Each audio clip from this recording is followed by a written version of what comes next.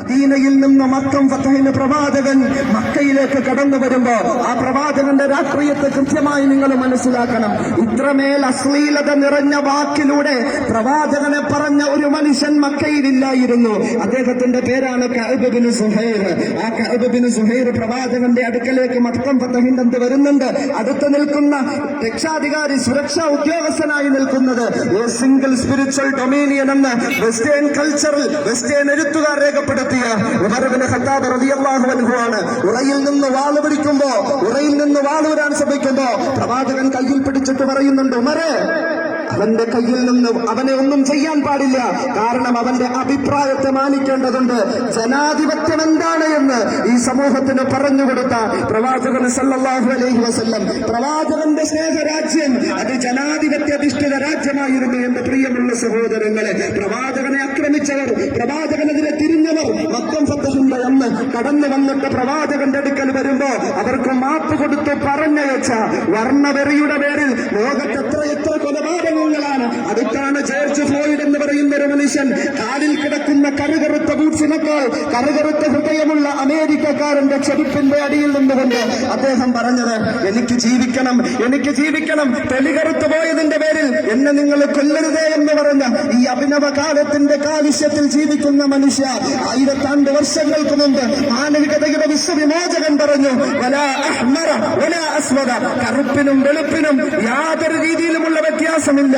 നിങ്ങളെല്ലാവരും മനുഷ്യരാണ്, നിങ്ങളെല്ലാവരും മാനവികതയുള്ളവരാണ്, നിങ്ങളെല്ലാവരും നല്ല മനുഷ്യരാണ്. അതുകൊണ്ട് ഈ ഭൂമിയിൽ ഒത്തൊരുമയോടെ, ഐക്യത്തോടെ, മാനസിക ബന്ധത്തോടുകൂടി നിങ്ങൾ ജീവിക്കണേ എന്ന് ഏറ്റവും വലിയ മാതൃകാപരമായ നിലപാട് സ്വീകരിച്ച പ്രവാചകനെ കണ്ടിട്ടാണ് ശ്രീനാരായണ ഗുരു കേരളത്തിന്റെ നവോത്ഥാന ശിലകളിലെ കവള നക്ഷത്രമായി വിരാജിക്കുന്ന ശ്രീനാരായണ ഗുരു പറഞ്ഞത്, പുരുഷാകൃതി പൂണ്ട ദൈവമോ നരദിവ്യാകൃതി പൂണ്ട ധർമ്മമോ പരമേശ്വര പവിത്രപുത്രനോ കാരുണ്യവാൻ നബി മണിമുത്ത് രക്തമോ.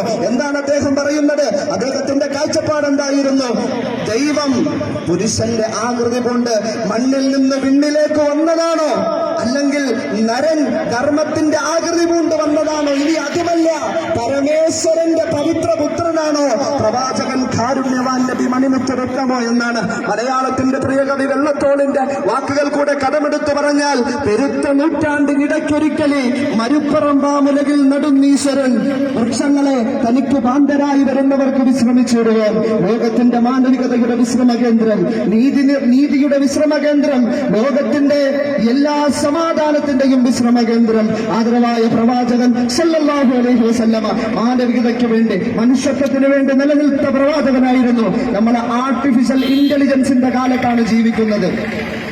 ആർട്ടിഫിഷ്യൽ ഇന്റലിജൻസ്, നിർമ്മിത ബുദ്ധിയുടെ കാലത്ത് ജീവിക്കുന്ന മനുഷ്യ, അമ്മയാരാണ് എന്ന് നിനക്കറിയണമെങ്കിൽ ആ അമ്മയെ കുറിച്ച് ആദ്യമായി പറഞ്ഞത് അൽ ജന്നത്തു തഹ്ത അഖ്ദാമിൽ ഉമ്മഹാത്ത്, നിന്റെ അമ്മയുടെ കാൽപാദത്തിനടിയിലാണ് സ്വർഗം. അതുകൊണ്ട് നിന്റെ അമ്മയെ തിരിച്ചറിയണമെങ്കിൽ ആധ്യാത്മികതയിലേക്ക് നീ കടന്നു വരണം, പ്രവാചകനെ നീ പഠിക്കണം, നിന്റെ ഹൃദയത്തെ നീ ആശ്രയിക്കണമെന്ന് പറഞ്ഞ നിർമ്മിത ബുദ്ധിയുടെ കാലത്ത് അമ്മയെ തിരിച്ചറിയാത്ത, അച്ഛനെ തിരിച്ചറിയാത്ത, പെങ്ങളെ തിരിച്ചറിയാത്ത, വടിയിലൂടെ പോകുന്ന ആരെയും കശാപ്പ് ചെയ്യാൻ മടിയില്ലാത്ത, പൈശാചികതകൾ നിറഞ്ഞാടുന്ന ഒരു വേദാള നഗരം പോലെ ഈ സമൂഹം ഇങ്ങനെ അധപ്പതിക്കുമ്പോഴാണ് ഈ നബിദിനത്തിന്റെ മഹാസന്ദേശം എന്തോണം മാനവികതയെ നമ്മളിവിടെ ഉദ്ഘോഷിക്കുന്നത്. എന്റെ ബഹുമാനമുള്ള സഹോദരങ്ങളെ, അതുകൊണ്ട് ഈ നബിദിനത്തിന്റെ സന്ദേശം എന്ന് പറയുന്നത് മാനവികതയെ ഉയർത്തിപ്പിടിക്കുക എന്നതാണ്, മനുഷ്യത്വത്തെ ഉയർത്തിപ്പിടിക്കുക എന്നതാണ്.